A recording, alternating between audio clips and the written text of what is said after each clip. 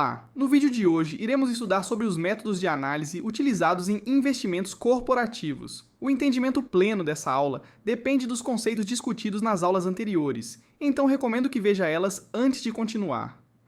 Vamos começar com o conceito de valor presente líquido, também chamado de VPL. Ele consiste em calcular o valor presente equivalente de todos os fluxos de caixa futuros de um projeto, mediante a aplicação de uma taxa de desconto que expressa a rentabilidade exigida pelo investidor e subtrair desse montante o valor total dos investimentos necessários para a sua implementação. Utilizamos ele para trazer um valor futuro para os parâmetros atuais, assim podemos afirmar com maior certeza se o investimento de fato trará lucro.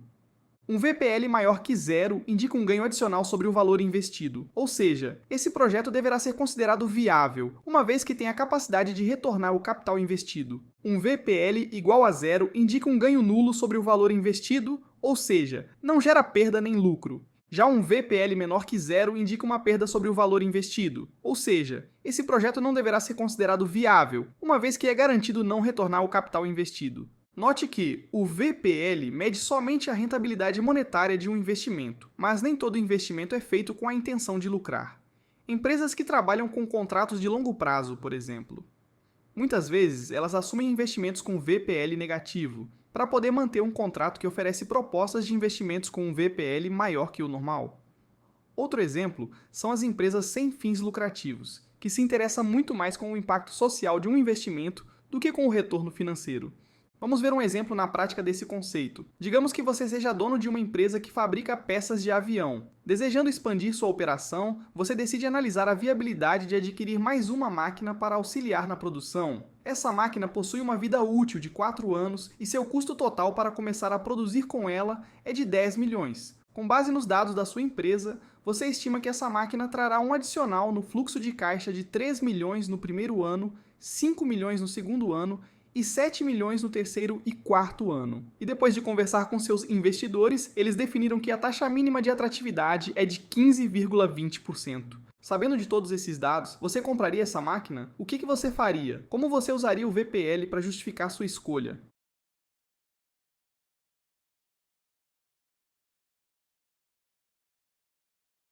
Para facilitar a visualização do cálculo, podemos colocar ele num diagrama de fluxo de caixa, assim calculando a rentabilidade de cada um dos fluxos de caixa futuros de forma individual.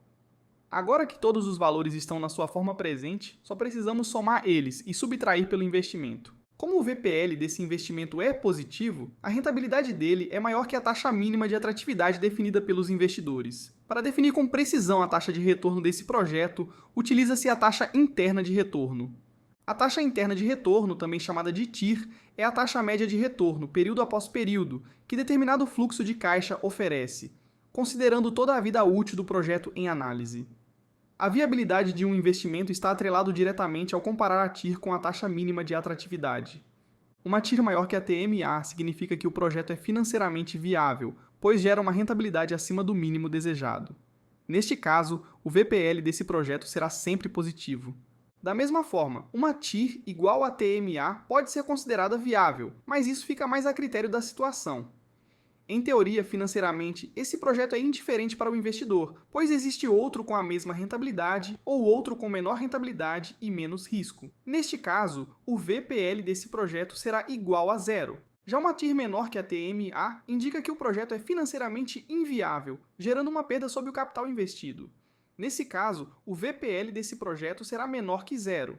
Não existe forma simples de se calcular a TIR com uma fórmula. Para achar ela através da fórmula, seria necessário tentativa e erro de diversas taxas de descontos distintas. Esse processo se repetiria até encontrar a taxa de desconto que faz com que o valor presente das entradas de caixa seja idêntico ao investimento inicial. Felizmente, não precisamos de todo esse trabalho para calcular ela pelo Excel ou pela HP12C. Vamos voltar no exemplo anterior para melhor visualizar como utilizar essas ferramentas. Para calcular a TIR no Excel, utilizamos a função de mesmo nome.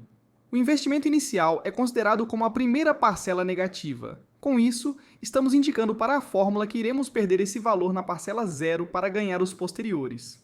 Como resultado, temos que a TIR para a compra de uma nova máquina é superior que a TMA, confirmando o cálculo anterior do VPL como investimento financeiramente viável. Para calcular a TIR na HP12C, utilizamos as funções de cálculo de juros compostos, em conjunto com as funções secundárias g de parcela zero e parcelas posteriores. O resultado dessa operação será o mesmo que o feito pelo Excel, confirmando que, de fato, esse é um investimento financeiramente viável. Alternativamente, podemos utilizar a taxa interna de retorno modificada, também chamada de TIR modificada.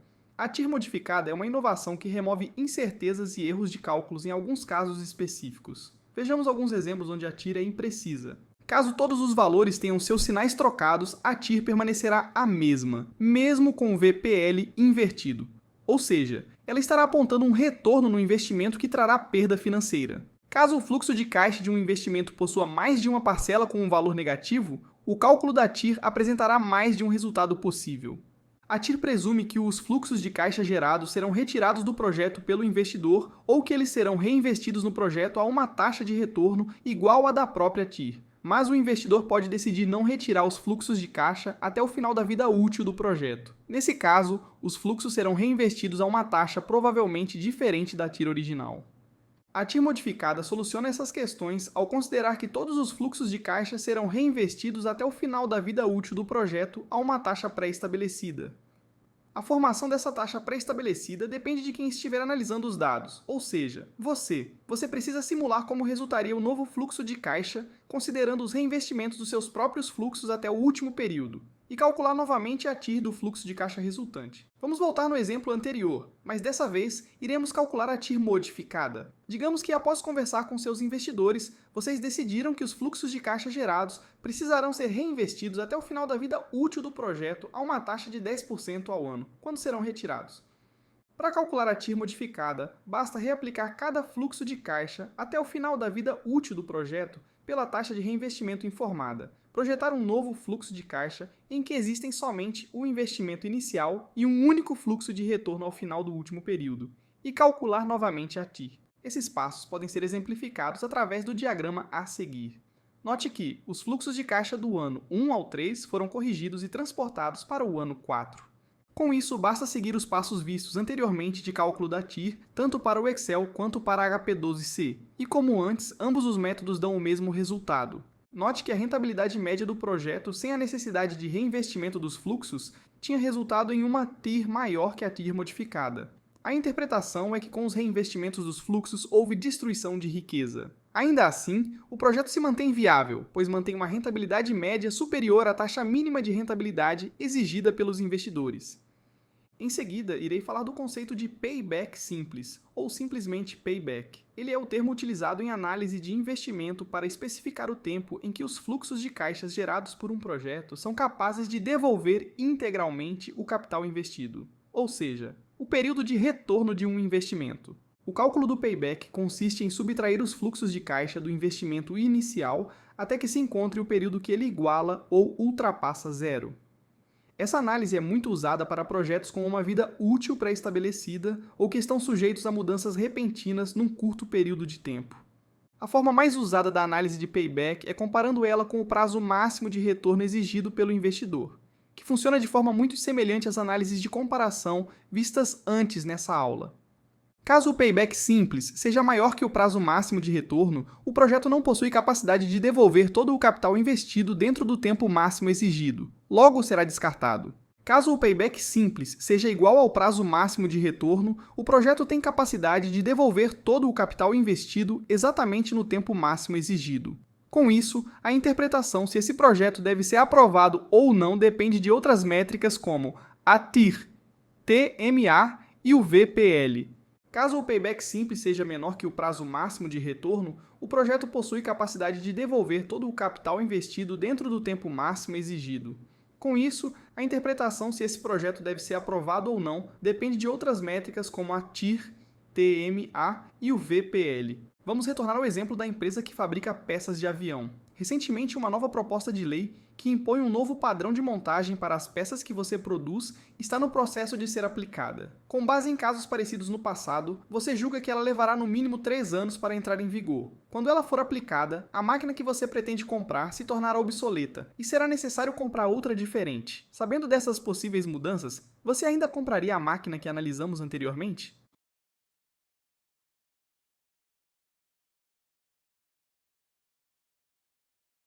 O limite de tempo imposto pela futura lei pode ser considerado como um tempo máximo de retorno do investimento. Dessa forma, para saber se a compra da máquina ainda é viável, precisamos verificar se o payback se encontra dentro desse tempo limite de 3 anos. Exatamente no ano 3, o fluxo de caixa se torna positivo, indicando que, antes de sua conclusão, o capital investido já foi integralmente devolvido. Ou seja, sob a ótica do payback simples, o projeto deverá ser considerado viável. Alguns de vocês assistindo essa aula devem ter notado um problema nesse cálculo. Embora ele seja de fácil entendimento e aplicação, o payback simples não considera o valor do dinheiro no tempo. Para isso, será necessário um cálculo do payback que retorne valores futuros como valores presentes. Para isso, utilizamos o payback descontado. Ele demonstra o real tempo necessário para que um projeto remunere o capital investido pela rentabilidade mínima exigida.